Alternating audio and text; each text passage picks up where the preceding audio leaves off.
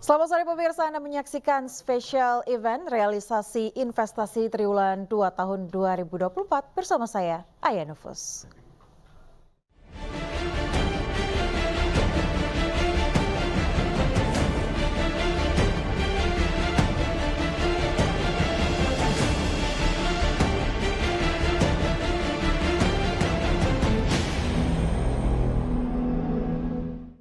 Bismillahirrahmanirrahim.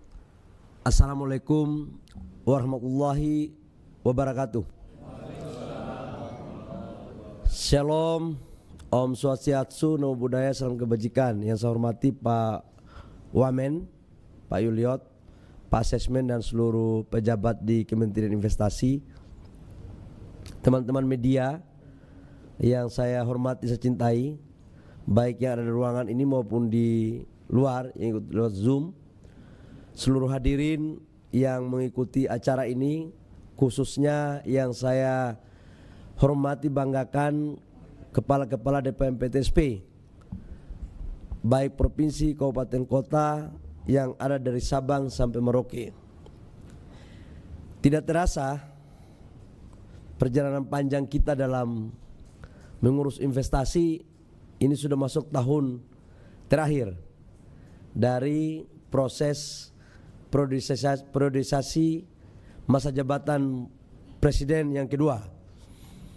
Saya ingat betul saya masuk di Kementerian Investasi bulan Oktober dan 2 hari kemudian saya mengumumkan realisasi kuartal ketiga di tahun 2029.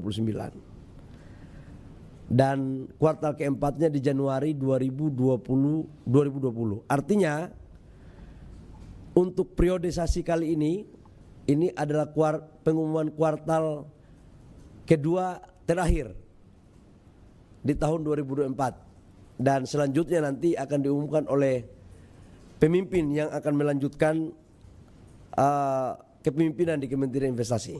Karena itu saya akan mencoba untuk menyampaikan secara komprehensif dari apa yang harus kita lakukan dalam kurun waktu hampir 5 tahun.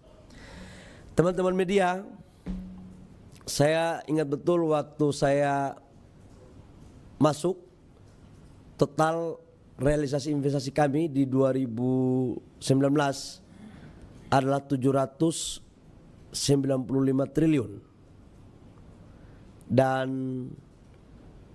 dari 795 triliun itu komposisi daripada investasi Jawa dan luar Jawa, di luar Jawa lebih banyak, di Jawa lebih banyak, dengan penciptaan lapangan kerja tidak mencapai 1 juta waktu itu. Dan alhamdulillah perintah Bapak Presiden harus kita mendorong pemerataan pertumbuhan ekonomi, dan salah satu instrumennya adalah investasi. Karena investasi adalah sebuah instrumen untuk menciptakan kawasan pertumbuhan ekonomi baru. Dan karena itu sekarang di 2023 kemarin dari 798 triliun, dari 795 triliun di 2019, 2023 akhir mencapai 1.418 triliun. Dan tahun ini ditargetkan oleh Bapak Presiden dalam rangka menjaga pertumbuhan ekonomi kita di atas 5% harus mencapai 1.650 triliun. Dan karena itu izinkan saya untuk memaparkan capaian daripada realisasi investasi di kuartal kedua. Dan karena itu saya saya izin lewat sini aja.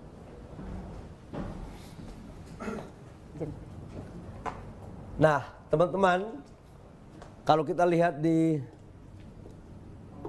kuartal kedua, total investasi yang masuk sebesar 428,4 triliun, tumbuh secara Q&Q 6,7%, year on year-nya 22,5%. Artinya kalau dibandingkan dengan bulan kemarin, itu tumbuh sebesar dari kuartal pertama ke kuartal kedua tumbuh sekitar 6,7%, tapi kalau di kuartal kedua dibandingkan dengan kuartal kedua di tahun 2023 itu tumbuh 22,5%. dengan penyerapan tenaga kerja sebesar 677.623 orang.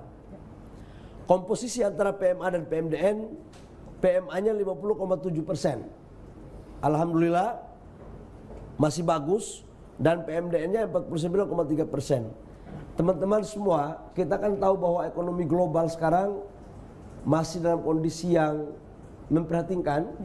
Bahkan sudah ada 95 negara yang sekarang sudah menjadi pasien IMF. Dan di balik ketidakpastian ekonomi global itu, kita tetap bersyukur bahwa publik global masih mempercayai negara kita sebagai salah satu tujuan negara yang investasi. Karena kalau kita lihat di sini FDI kita PMA masih di angka 50,7, tumbuh 16,6%, masih tumbuh 16,6%. Dan untuk PMDN ini yang luar biasa, kita apresiasi teman-teman kita dalam negeri itu tumbuh sebesar 29,1% secara year on year. Ini luar biasa sekali. Kemudian untuk Jawa dan luar Jawa, di Jawa 49,8%, tumbuh 27,1%. Di luar Jawa itu 50,2%, tumbuh 18,3%. Teman-teman, ini bisa lihat teman-teman media, untuk tumbuh ini jangan-jangan belum dibayar ini ya. Bentar, Pak, maaf. Itu Bisa, Pak? Jawa itu tumbuhnya tinggi sekali, kurang besar. Itu Jawa tumbuhnya besar sekali, sebesar 27,1% dibandingkan dengan luar Jawa yang tumbuhnya 18,3%. Biasanya pada kuartal-kuartal sebelumnya itu di luar Jawa tumbuhnya lebih gede daripada di Jawa. Yang berikut yang berikut di komposisi mana aja? Di komposisi mana aja yang paling banyak masuk untuk di sektor? Ya. Sektor yang pertama teman-teman adalah di sektor industri logam dasar, barang logam bukan mesin, peralatannya. Ini menunjukkan bahwa di sektor hilirisasi berjalan masif karena dia menempati nomor pertama dengan angka 17,3% atau 74 triliun. Kemudian sektor pertambangan 10,6% atau 45,6 triliun. Transportasi, gudang, telekomunikasi tumbuh sebesar 9,6%. Kemudian kawasan perumahan industri dan jasa lainnya. Kalau kita lihat ini terintegrasi betul. Mereka satu siklus ini. Jadi hilirisasi yang paling banyak ini masih di sektor pertambangan. Ya. Kemudian teman-teman media, saya melaporkan di daerah mana saja sih mereka masuk. Yang pertama masih Jawa Barat. Ya, Jawa Barat 63,7 triliun. Kemudian DKI Jakarta itu kurang lebih sekitar 62 triliun, Jawa Timur 35, Banten 33, Sulawesi Tengah 32. Ini antara PMA dan PMDN. Artinya Sulawesi Tengah ini luar biasa sekali. Coba PMA-nya dong. PMA saja. Coba di PMA-nya mana? Ya, ini, Pak. Kalau PMA-nya aja itu DKI Jakarta, Maluku Utara, Sulawesi Tengah, Banten dan Jawa Barat. Ya. Nah, negara mana saja masuk 5 besar? Ini adalah Singapura, Tiongkok, Hong Kong, Korea Selatan dan Amerika Serikat. Kalau kita lihat di Singapura 4,6 miliar, kemudian Tiongkok 2 miliar, Hong Kong 1,9, Korea Selatan masuk nomor 4 nih, 1,3 dan Amerika Serikat. Jadi 5 besar ini Korea Selatan menggeser Jepang. Biasanya Jepang, tapi ini sangat dinamis ya. Ya. Kalau ada pilpres pasti saya katakan mau lagi bersaing pencalonan, tapi sudah tidak ada pilpres jadi sudah selesai. Ini tinggal investasinya aja yang bersaing. Selanjutnya Januari sampai Juni, Pak. Coba Januari sampai Iya. Juni coba. Nah, teman-teman media, alhamdulillah satu semester sekarang Ya. kita sudah mencapai 829,9 triliun, tumbuh 22,3%.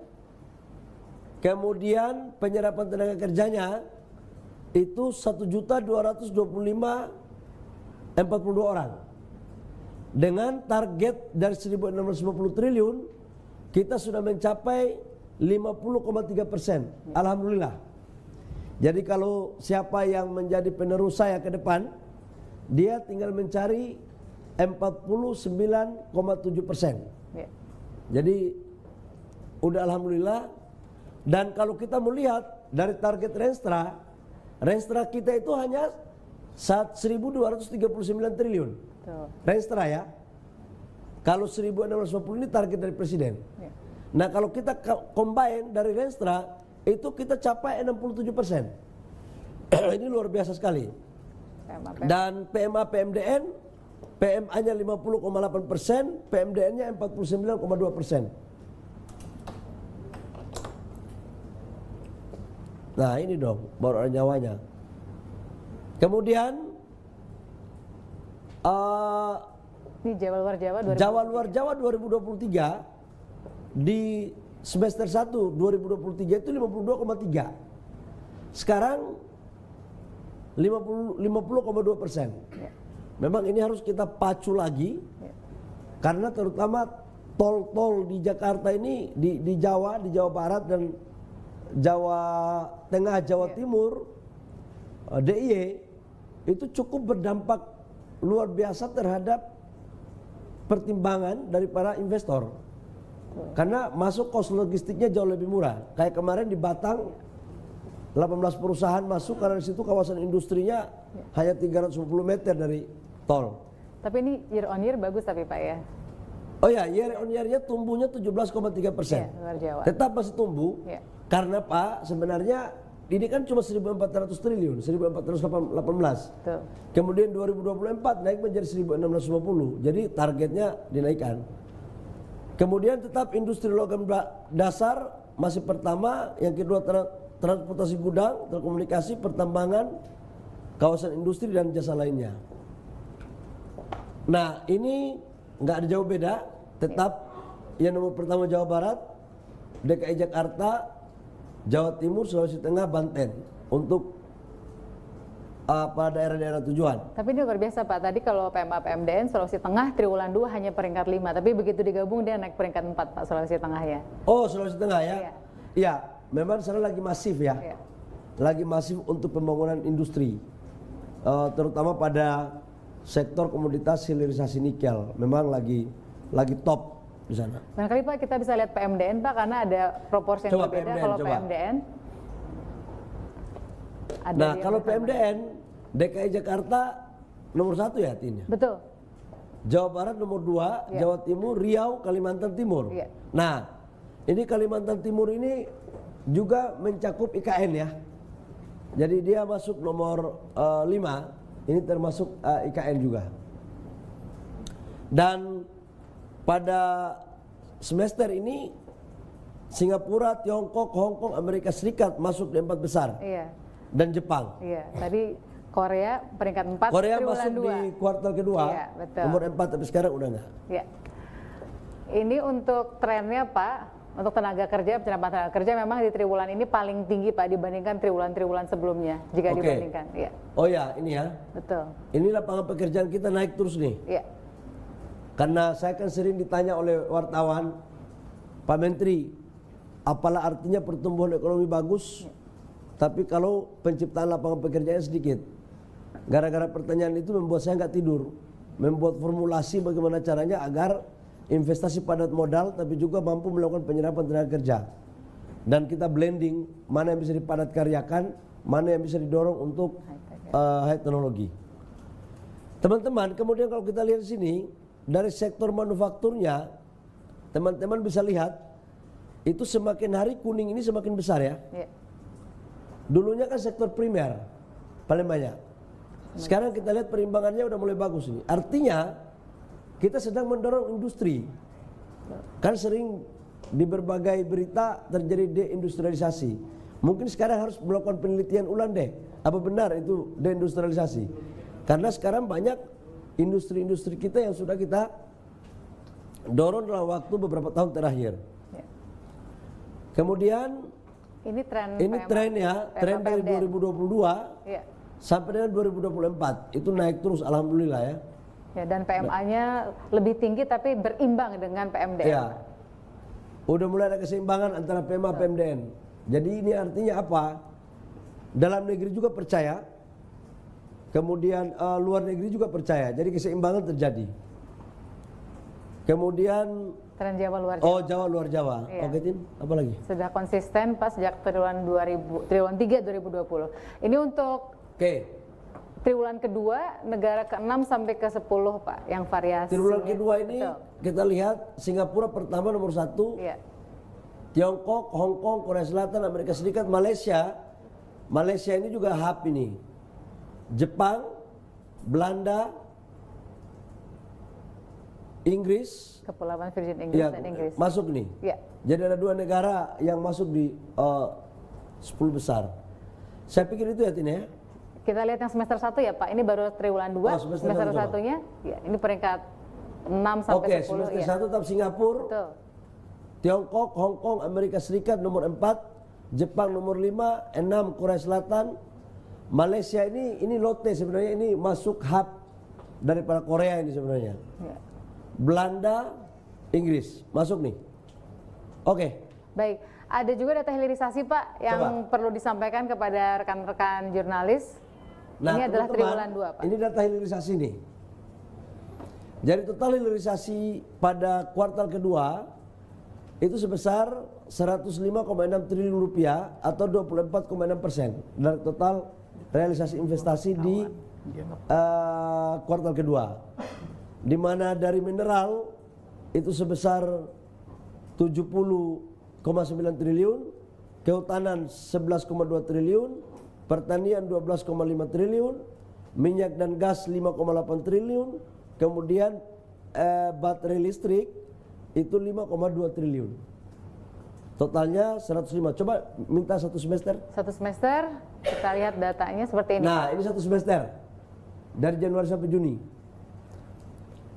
Itu untuk smelter mineral 114,1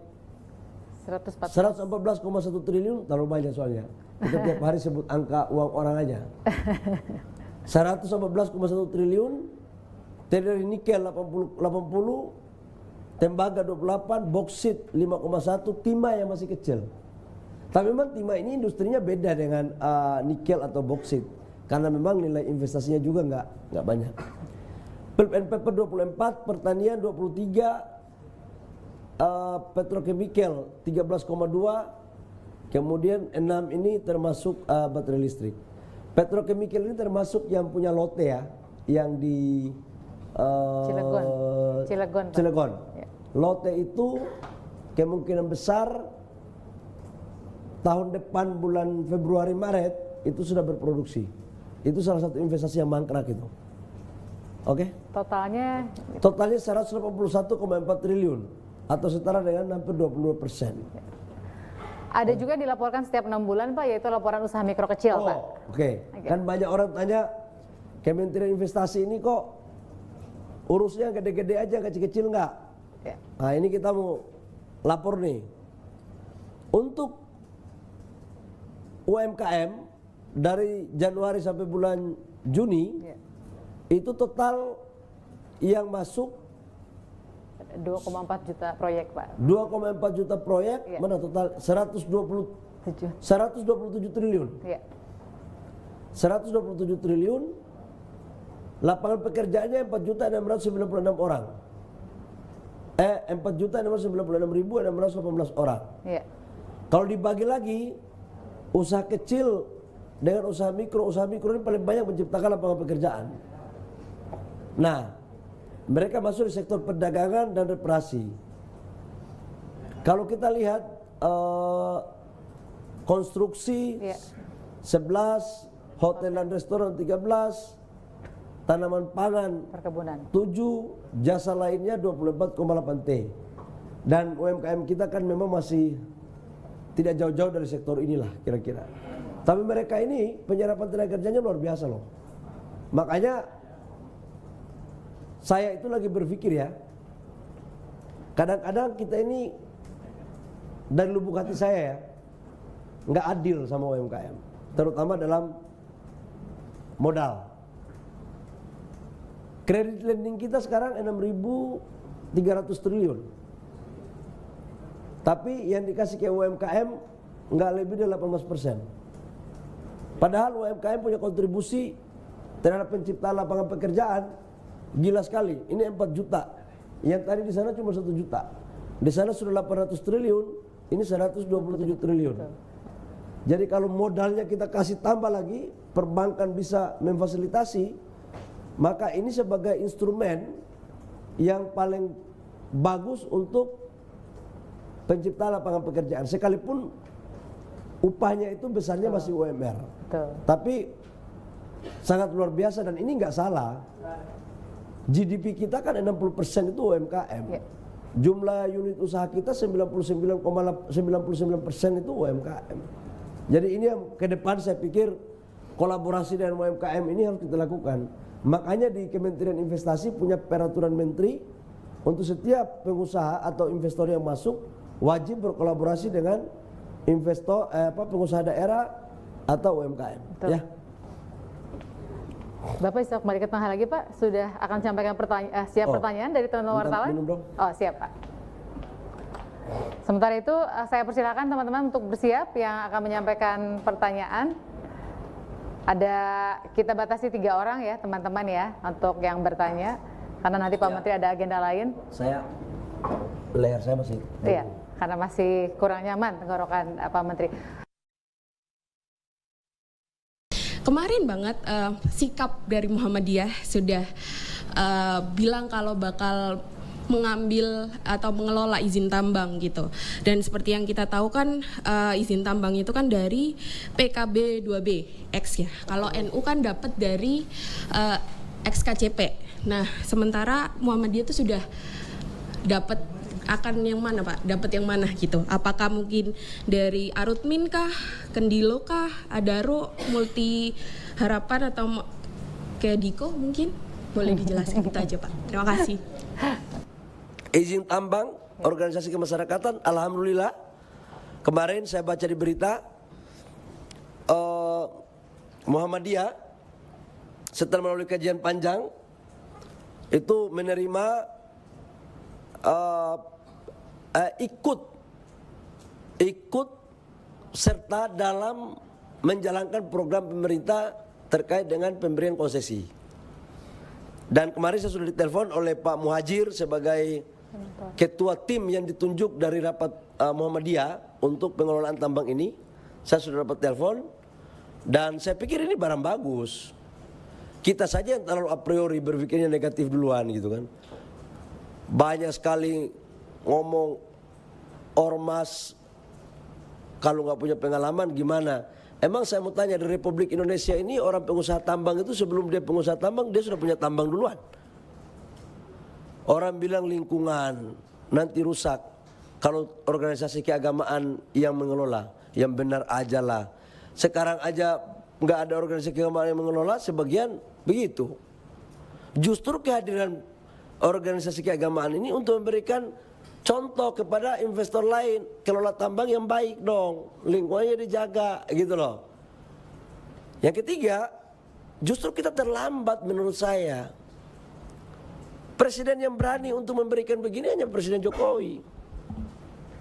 Ini adalah bagian daripada penterjemahan dan implementasi pasal 33 Undang-Undang Dasar 45. Dinyatakan bahwa seluruh kekayaan yang dimiliki oleh negara kita baik laut, udara dan darat itu dipergunakan semaksimalnya untuk kesejahteraan rakyat. Dan ada demokrasi ekonomi. Yang namanya demokrasi ekonomi itu harus inklusif. Sila kelima itu bicara tentang keadilan sosial bagi seluruh rakyat Indonesia. Negara ini dibangun bukan pemberian, ini perjuangan yang diperjuangkan oleh tokoh-tokoh agama, baik Islam, Kristen, Katolik, Buddha, Hindu. Pada saat Indonesia kita merdeka, agresi militer tahun 48, yang membuat fatwa jihad siapa? Para ulama. Bukan para konglomerat, bukan para pengusaha-pengusaha itu.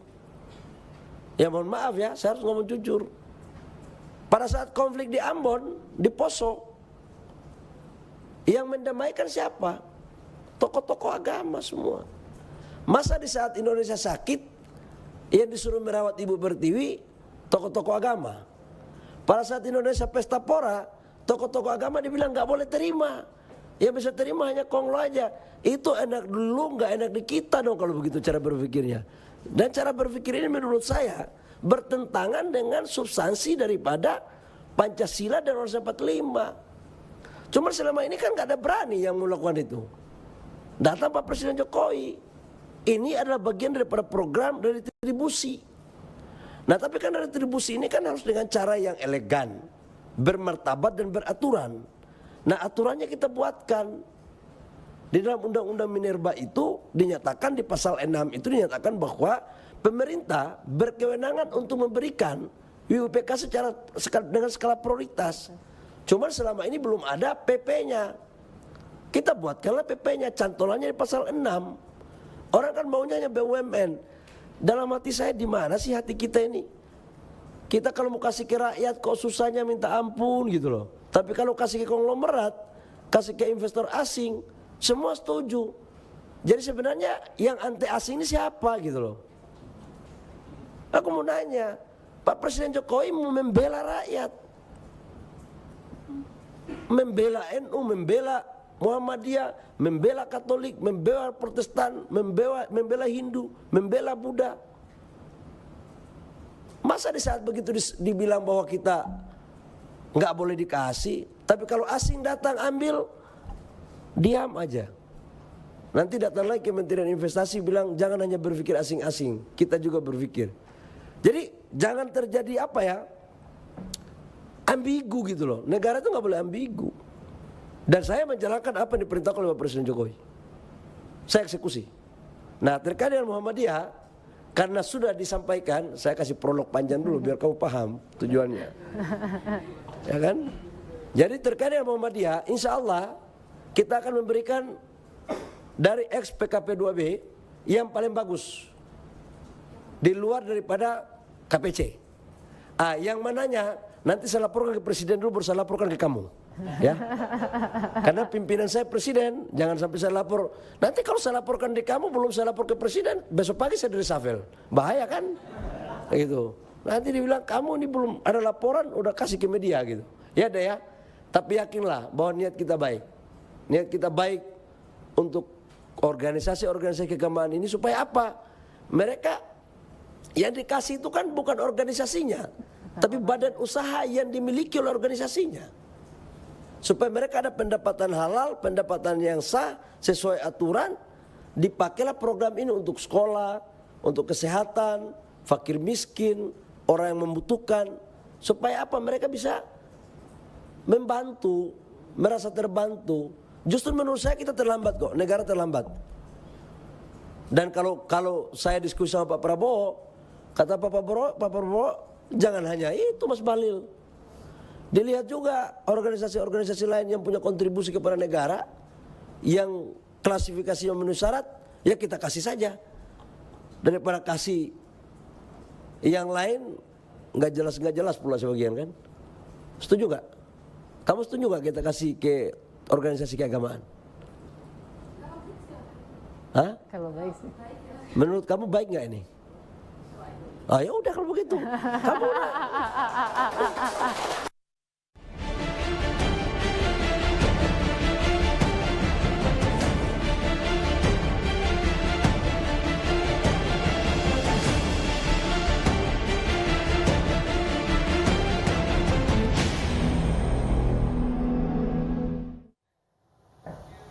Ya pemirsa, demikian spesial event realisasi investasi triwulan 2 tahun 2024 yang disampaikan langsung oleh Menteri Investasi Kepala BKPM Bahlil Lahadalia. Pemirsa, saya Aya Nufus undur diri, terima kasih dan sampai jumpa.